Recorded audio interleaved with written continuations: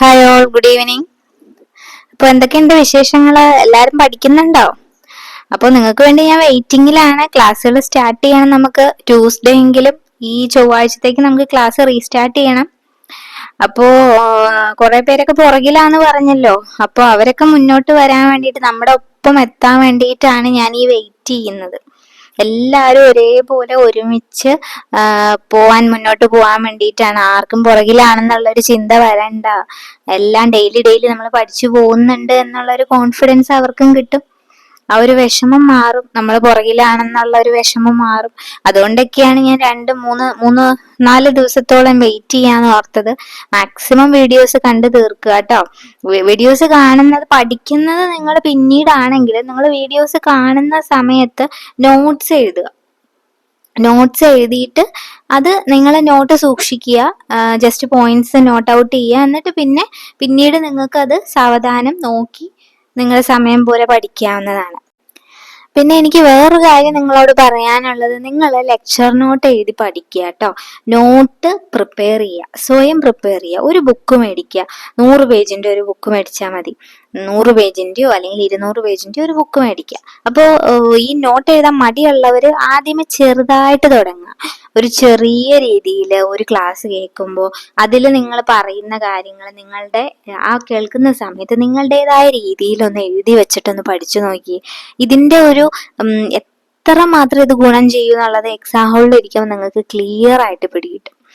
അതായത് statement questions ഒക്കെ വരുമ്പോഴാണ് നമുക്ക് മനസ്സിലാവുന്നത് നമ്മൾ ഇങ്ങനെയായിരുന്നു പഠിക്കേണ്ടിയിരുന്നത്, അല്ലെങ്കിൽ നമ്മൾ ഇങ്ങനെ ഒരു സ്പൂൺ ഫീഡിങ് പോലെ പഠിച്ചാലൊന്നും നമുക്ക് ഒരിക്കലും ഒരു എക്സാം പാസ്സാവാൻ പറ്റില്ല.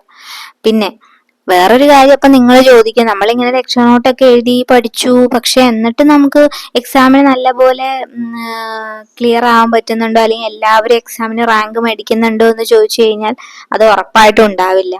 പക്ഷെ നമ്മൾ എടുക്കേണ്ട എഫേർട്ട്, നമ്മൾ ചെയ്യേണ്ട രീതികൾ, നമ്മുടെ സ്റ്റഡി മെത്തേഡ്സ് ഒക്കെ നമ്മൾ ക്ലിയർ ആയിട്ട് കൊണ്ടുപോവുക. താൻ പാതി ദൈവം പാതി എന്നാണല്ലോ. നമ്മുടെ പാതി നമ്മൾ ചെയ്യുക. പിന്നെ എല്ലാവർക്കും എല്ലാ രീതിയിലും അവർക്ക് അന്ന് ഒരു അവരുടെ ലക്കി ഡേ ആയിരിക്കില്ല. ചിലപ്പോൾ അവർ പഠിച്ചത് ക്വസ്റ്റ്യൻസ് വന്നാൽ ഷുവറായിട്ടും അവർക്ക് നല്ല രീതിയിൽ അറ്റൻഡ് ചെയ്യാൻ പറ്റിക്കഴിഞ്ഞാൽ അവർ പാസ്സാവും. അല്ലാത്തവർക്ക് നെക്സ്റ്റ് ചാൻസ്, അങ്ങനെ ചിന്തിക്കാനായിട്ട് പറ്റുള്ളൂ. അതുകൊണ്ട് നമ്മൾ ചെയ്യുന്നത് പ്രോപ്പറായിട്ട് ചെയ്യാന്നുള്ള ഒരു കാര്യം മാത്രമേ ഉള്ളൂ. അപ്പൊ എനിക്ക് പറയാനുള്ളത്, നിങ്ങൾ ലെക്ചർ നോട്ട് തയ്യാറാക്കുക. നിങ്ങൾ ഇതുവരെയുള്ള വീഡിയോസ് കാണുമ്പോൾ തന്നെ നിങ്ങൾക്ക് എന്താണോ മനസ്സിലായത്, അതിൽ പ്രധാനപ്പെട്ട പോയിന്റ്സ് എന്താണോ അത് ജസ്റ്റ് നോട്ട് ചെയ്ത് ആ നോട്ട് നിങ്ങളുടെ കയ്യിൽ സൂക്ഷിക്കുക. അപ്പൊ നിങ്ങൾക്ക് എപ്പോ ഒരു ഡൗട്ട് വന്നാലും നിങ്ങൾക്ക് നിങ്ങളുടെ രീതിയിൽ ഓർത്തിരിക്കുന്നതല്ലേ എളുപ്പം.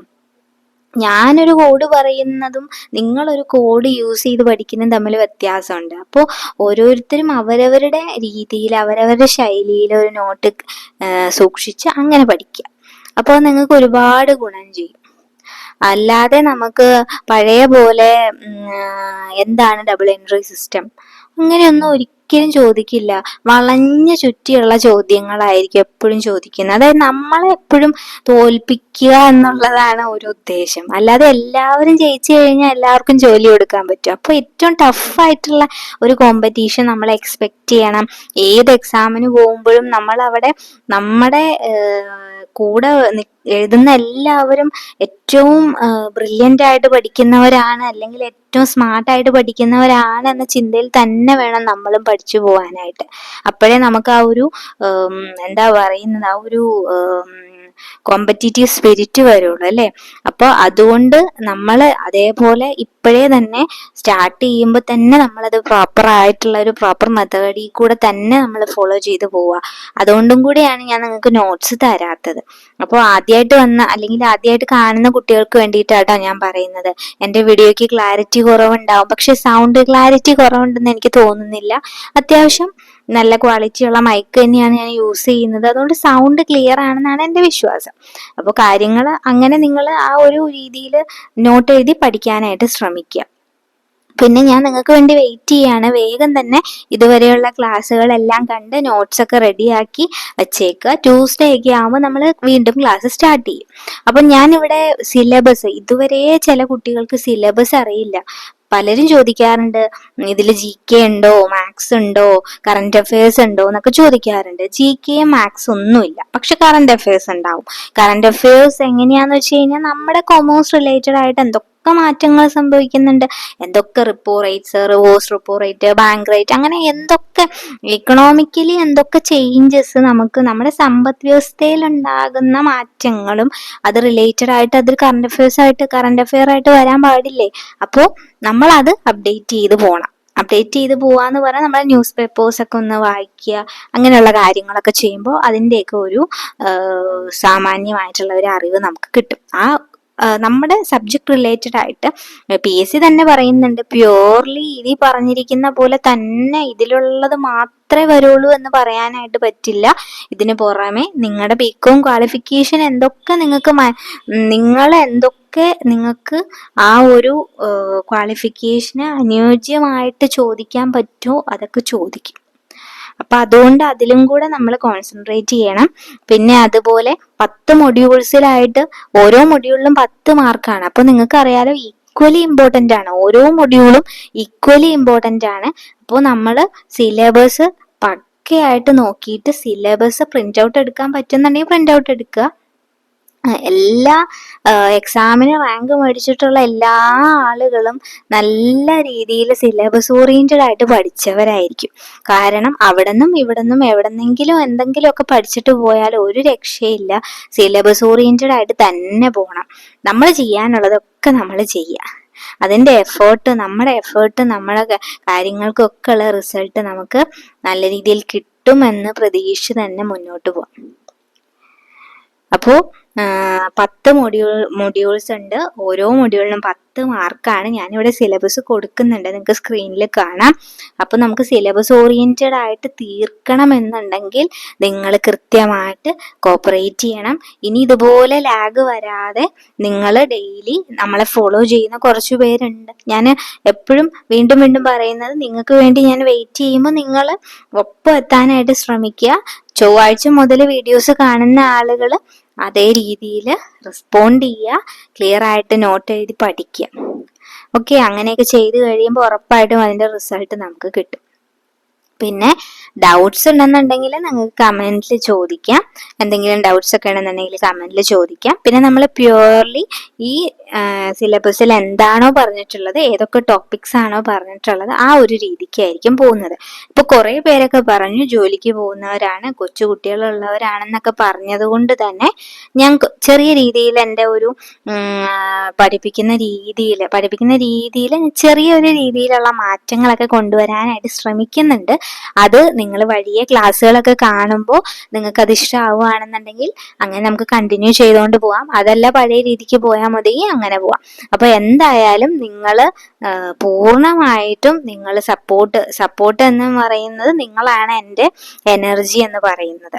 നിങ്ങളാണ് എൻ്റെ എനർജി. അപ്പോൾ നിങ്ങൾ കൂടെ ഉണ്ടായാൽ മാത്രമേ ഞാൻ ഏറ്റവും നല്ല രീതിയിൽ ഞാനും വർക്ക് ചെയ്ത് നിങ്ങൾക്ക് നിങ്ങളുടെ കൂടെ വരാനായിട്ട് പറ്റുള്ളൂ. അപ്പൊ അതുകൊണ്ട് തന്നെ നിങ്ങളെല്ലാവരും അപ് ടു ഡേറ്റ് അപ്ഡേറ്റ് എല്ലാം നമ്മൾ പഠിക്കുന്നതെല്ലാം റെഗുലറായിട്ട് പഠിപ്പിക്കുന്നതെല്ലാം ഫോളോ ചെയ്യാനും കൃത്യമായിട്ട് റെസ്പോണ്ട് ചെയ്യാനും കമന്റ് ചെയ്യാനും കമ്മ്യൂണിക്കേറ്റ് ചെയ്യാനും ഒക്കെ ഒരു രീതിയിൽ തയ്യാറാകണം. അങ്ങനെ നമുക്ക് എല്ലാവർക്കും ഒരുമിച്ച് മുന്നോട്ട് പോവാം കേട്ടോ. നമുക്ക് പല ലക്ഷ്യങ്ങളാണ്. ഒരു ജോലി കിട്ടുന്ന ഓരോ ആളുകൾക്കും വ്യത്യസ്തമായിട്ടുള്ള ലക്ഷ്യങ്ങളായിരിക്കും. ഒരു ജോലിക്ക് പുറകില് അവർക്ക് ഒരുപാട് കാര്യങ്ങളുണ്ടാവും. അപ്പോൾ ചിലർക്കാണെങ്കിൽ ജോലി കിട്ടിയിട്ട് കല്യാണം കഴിക്കുക, അല്ലെങ്കിൽ ചിലർക്കാണെങ്കിൽ കുടുംബത്തിലെ ചില കാര്യങ്ങൾ, ചിലർക്കാണെങ്കിൽ വീട് പണി, അങ്ങനെ ഒത്തിരി സ്വപ്നങ്ങളൊക്കെ ഉള്ളവരായിരിക്കും ഓരോ ജോലിക്കും വേണ്ടി പരിശ്രമിക്കുന്നത്. അപ്പൊ നമ്മുടെയൊക്കെ സ്വപ്നങ്ങളൊക്കെ വ്യത്യസ്തങ്ങളായിരിക്കും, അല്ലെങ്കിൽ നമ്മുടെ ഡ്രീംസ് ഒക്കെ നമ്മൾ അച്ചീവ് ചെയ്യേണ്ട കാര്യങ്ങളൊക്കെ വ്യത്യസ്തമാണെങ്കിലും അതിലേക്കുള്ള വഴി സെയിം തന്നെയാണ് അല്ലേ. അപ്പൊ നമുക്ക് ഈ ജോലിയിലൂടെ അതൊക്കെ നേടിയെടുക്കാൻ വേണ്ടിയിട്ടല്ലേ നമ്മളെല്ലാവരും പരിശ്രമിക്കുന്നത്. അപ്പൊ അതുകൊണ്ട് തന്നെ നമുക്കൊപ്പം എല്ലാവരും ഒരുമിച്ച് വരണം. ഇനി ഇതുപോലെ ലാഗ് വരരുത്. ഇനി ഇതുപോലെ നിങ്ങൾ ആരും വീഡിയോയ്ക്ക് റെസ്പോണ്ട് ചെയ്യുന്നില്ല, അല്ലെങ്കിൽ ലൈക്ക് ചെയ്യുന്നില്ല, അല്ലെങ്കിൽ എന്താ പറയാ കമന്റ് ചെയ്യുന്നില്ല, ഓരോ വീഡിയോ കാണുമ്പോഴും കമന്റ് ചെയ്യുന്നില്ല എന്നുണ്ടെന്നുണ്ടെങ്കിൽ ഞാൻ ഇനി വീഡിയോസ് നിർത്തും എന്നൊന്നും ഞാൻ പറയില്ല. ഞാൻ സൈലന്റ് ആയിട്ട് ഞാൻ നിർത്തും. കാരണം നമ്മൾ 1, 2, 3 പ്രാവശ്യം പറഞ്ഞിട്ടും ആർക്കും അങ്ങനെ താല്പര്യമില്ല. ഇപ്പൊ നിങ്ങൾക്ക് അറിയാലോ, ഡെയിലി വീഡിയോസ് ഇടുമ്പോഴാണ് യൂട്യൂബിൽ ഒരു കാര്യം പറയുകയാണെങ്കിൽ, ഡെയിലി വീഡിയോസ് ഇട്ടാല യൂട്യൂബിൽ വ്യൂസ് ഒക്കെ കൂടുന്നതും ആ യൂട്യൂബിന്റെ ട്രാക്കിലൂടെ പോകുന്നതും. പക്ഷെ ഞാൻ ഇവിടെ വ്യൂസ് കൂട്ടുക എന്നതൊന്നും അല്ല എൻ്റെ ഇപ്പോഴത്തെ മോട്ടീവ്. എൻ്റെ ഇപ്പോഴത്തെ മോട്ടീവ് എൻ്റെ കൂടെ പഠിക്കാൻ വന്ന കുറച്ച് കുട്ടികളെ നന്നായിട്ട് അവരുടെ ഒപ്പം നമ്മൾ പഠിച്ചു പോവുക, നമ്മുടെ മാക്സിമം നമ്മൾ എഫേർട്ട് എടുക്കുക. ബാക്കിയുള്ളതൊക്കെ ഈശ്വരന്റെ കയ്യിലാണ്. എനിക്ക് അത്രേ ഉള്ളൂ. ഇപ്പൊ നാളെ നമ്മളിതൊക്കെ പഠിച്ചു, നാളെ നമ്മൾ എക്സാം കഴിഞ്ഞ് കഴിയുമ്പോൾ ചിലപ്പോൾ എക്സാം ടഫ് ആയിരിക്കാം, ചിലപ്പോൾ നമ്മൾ ഉദ്ദേശിച്ച രീതിയിൽ പ്രിപ്പയർ എന്താ പറയുക അറ്റൻഡ് ചെയ്യാൻ പറ്റാതിരിക്കാം അല്ലേ. അപ്പൊ അതും പറയണം. പോസിറ്റീവ്സ് നെഗറ്റീവ്സും ഉണ്ട്. പക്ഷെ നമ്മൾ ഒരിക്കലും റിഗ്രറ്റ് ചെയ്യരുത്, ഞാൻ പഠിച്ചില്ല അതുകൊണ്ട് എനിക്കിത് മിസ്സായി പോയി എന്നൊരു ആ ഒരു റിഗ്രറ്റ് ചെയ്യേണ്ട ഒരു അവസ്ഥ വരരുത് എന്നുള്ളതാണ് എപ്പോഴും ഉള്ള എൻ്റെ ഒരു കാഴ്ചപ്പാട്. അപ്പൊ അതുകൊണ്ട് തന്നെ നമ്മുടെ മാക്സിമം എഫേർട്ട് എടുക്കുക, ബാക്കിയെല്ലാം ഈശ്വരൻ തരട്ടെ. അപ്പൊ നിങ്ങളെല്ലാവരും കൂടെ ഉണ്ടാവുമെന്ന് വിശ്വസിക്കുന്നു. അപ്പൊ ഈ ഒരു വീഡിയോ കുറച്ചൊന്ന് ഓർമ്മപ്പെടുത്തലാണ്. ട്യൂസ്ഡേ ആകുമ്പോഴേക്കും എല്ലാവരും എൻ്റെ ഒപ്പം എത്തുമെന്ന് ഞാൻ വിചാരിക്കുകയാണ്. അപ്പൊ വാശിയോടെ വേഗം പഠിച്ചു പോവാട്ടോ. നോട്ട്സ് ഒക്കെ എഴുതിയിട്ട് പഠിക്കാം. അപ്പോൾ നെക്സ്റ്റ് വീഡിയോയില് നമ്മൾ ട്യൂസ്ഡേ മുതൽ പുതിയ ടോപ്പിക്കുമായിട്ട് മുന്നോട്ട് വരും. ഓക്കെ, അപ്പൊ എല്ലാവരും നന്നായിട്ട് പഠിക്കുക. Thank you.